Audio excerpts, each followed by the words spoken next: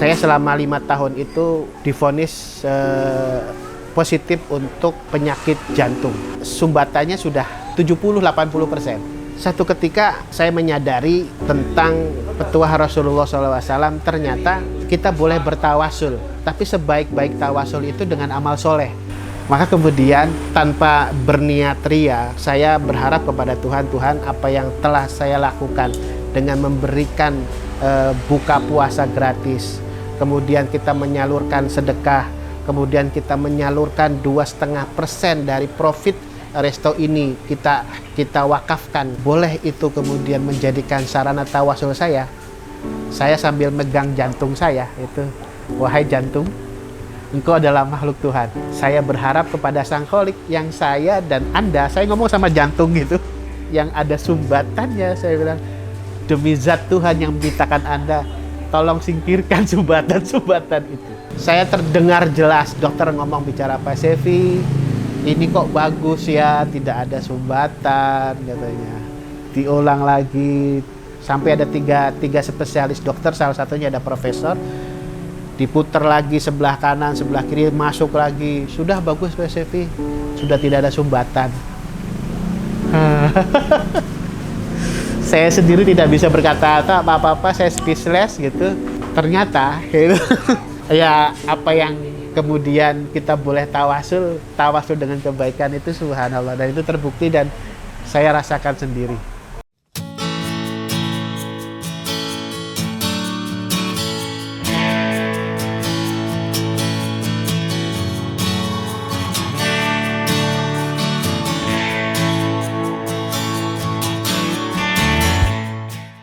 Saya nama Sefi Khirri Jilyaman, Gontor, alumni 1995 dari Cirebon, mendirikan PT Chef Indonesia Sejahtera, sebuah bisnis kuliner salah satu yang kita laksanakan, yaitu Chef's Resto, kuliner masakan khas Middle East, Timur Tengah. Orang sekarang care akan kesehatan, orang sekarang aware dengan halalan thayyib. Satu konsumsi, proses konsumsi yang harus halal plus thayyib. Satu ketika salah satu bisnis kuliner yang luar biasa itu yang berbahan halal thayyib itu salah satunya adalah masakan. Maka kemudian ada segmented tertentu yang bahan bakunya adalah halal dan thayyib. Salah satunya adalah olahan beras basmati. Basmati adalah olahan beras yang kemudian menjadi nasi yang rendah gluten, rendah gula, kemudian kaya akan serat. Karena saya pernah punya masalah di konsumsi, terutama untuk masalah asupan-asupan yang punya nilai kandungan gluten yang tinggi, itu harus dihindari. Tetapi bagaimana kemudian gluten itu tetap bisa dikonsumsi tapi punya nilai tidak menghilangkan lezatnya itu. Maka kemudian saya menemukan sebuah olahan masakan kuliner di bisnis ke Timur Tengah, yaitu masakan dengan bahan beras yang dari beras rendah gula dan kaya akan serat, yaitu beras basmati. Ya kita olah kemudian menjadi masakan khas Timur Tengah ini. Kami memang mengadopsi nuansa-nuansa Timur Tengah, Middle East. Kalau kawan-kawan pelanggan yang umroh itu, dia masih suka dan rindu akan suasana-suasana di Arab. Maka kemudian kita ingin menyajikan hominya ketika mereka ketika umroh itu ada suasana-suasana yang homey, bikin dia feel like home, bukan like home-nya waktu di rumah, tapi feel like home ketika sedang umroh. Maka dibuat sedemikian rupa, konsepnya adalah konsep Arabian yang memang dari nuansa, kemudian aroma, tata letak, dan memang juga jenis-jenis kegiatannya. Termasuk ada kegiatan live, musik-musik, musik-musik padang pasir gitu. Dan memang irama-irama padang pasir atau gambus. Dan insya Allah di samping itu juga ada nuansa-nuansa memang kita set demikian rupa untuk menjadi Middle East.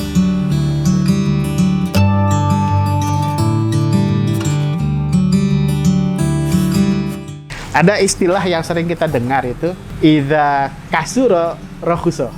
Kalau semakin banyak pilihan, semakin banyak menjamur, itu biasanya nilainya tuh malah tambah murah.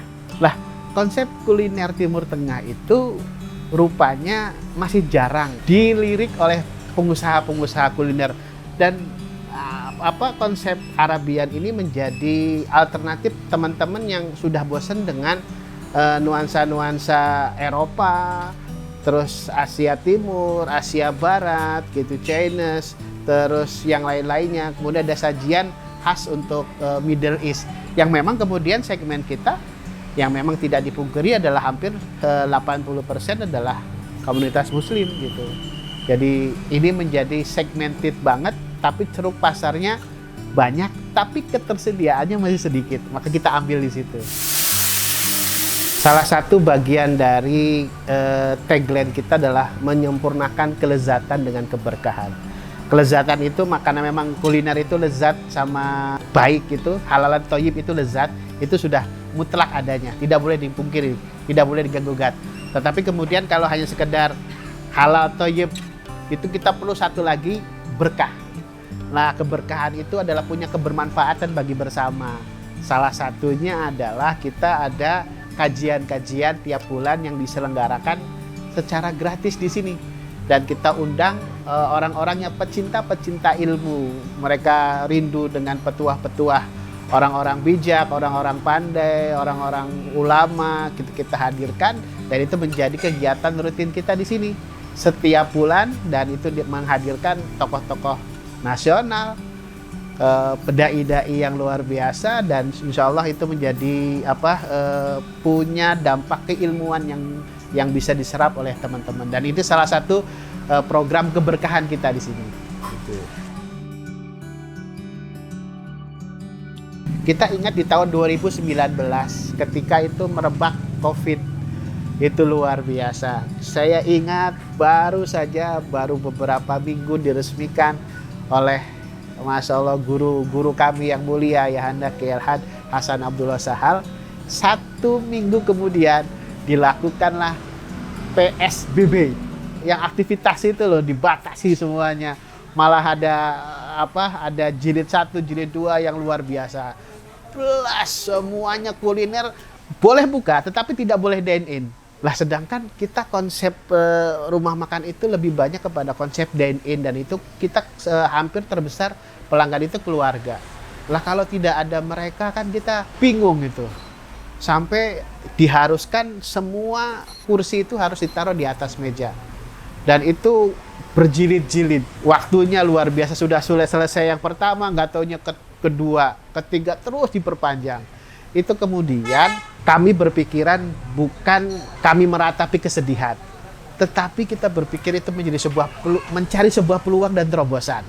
Salah satunya terobosan kita itu adalah ketika tidak boleh kita makan di tempat, maka gimana caranya untuk ngakali, boleh makan tapi tidak melanggar aturan.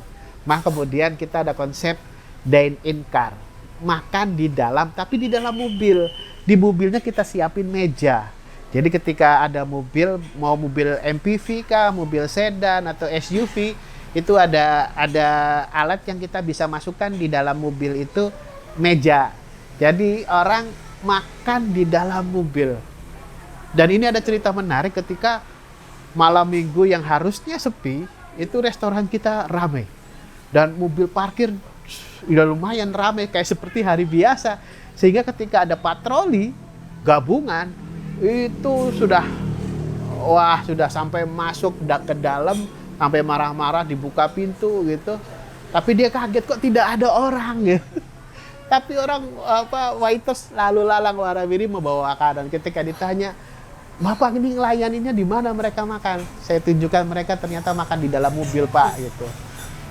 Nah, itu kemudian menjadikan kita kita tidak merenungi keadaan, tetapi bagaimana di dalam keterdesakan kita menimbulkan sebuah peluang, dan peluang itu kita ambil.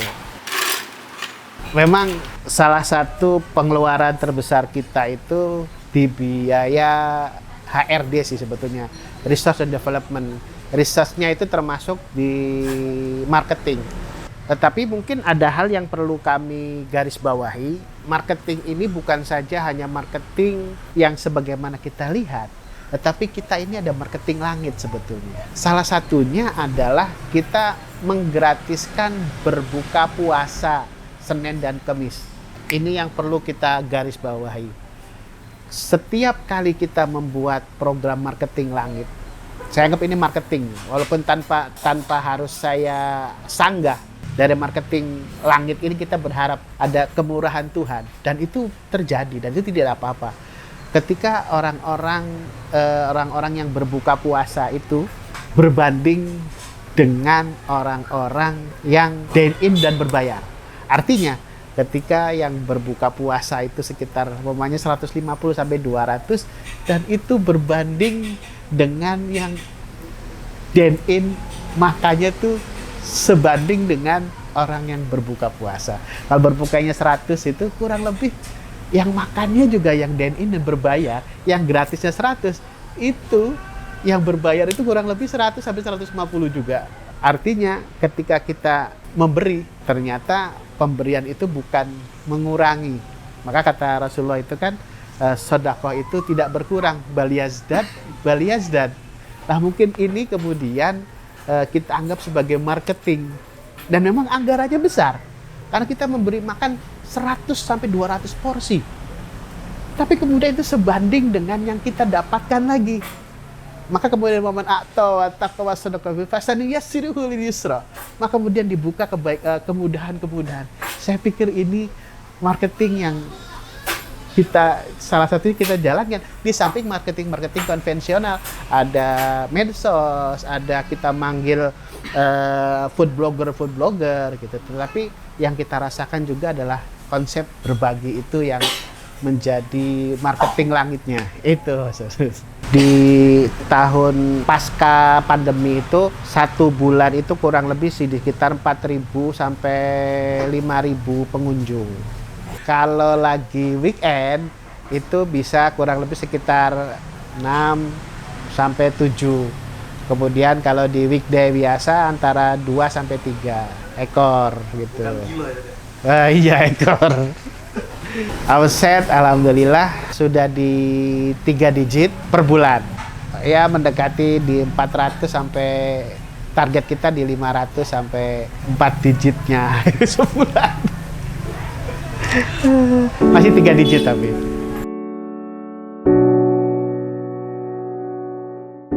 Ada hal yang kemudian dalam proses bisnis ini ada pada satu titik yang kemudian itu menyadarkan saya. Saya selama 5 tahun itu divonis positif untuk penyakit jantung. Sumbatannya sudah 70-80%. Memang sudah penyakit jantung. Satu ketika saya menyadari tentang petuah Rasulullah SAW, ternyata kita boleh bertawasul, tapi sebaik-baik tawasul itu dengan amal soleh.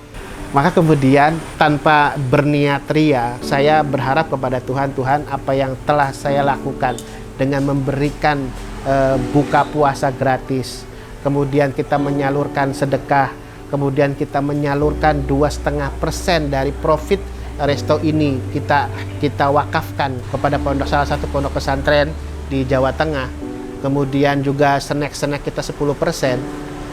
Kemudian saya berharap Tuhan kalau memang boleh itu kemudian menjadikan sarana tawasul saya sambil megang jantung saya itu, wahai jantung, engkau adalah makhluk Tuhan. Saya berharap kepada Sang Kholik yang saya dan Anda, saya ngomong sama jantung gitu, yang ada sumbatannya, saya bilang, demi zat Tuhan yang menciptakan Anda, tolong singkirkan sumbatan itu. Pada saat itu, saya sudah nyerah 5 tahun. Ya sudahlah, saya pasrah.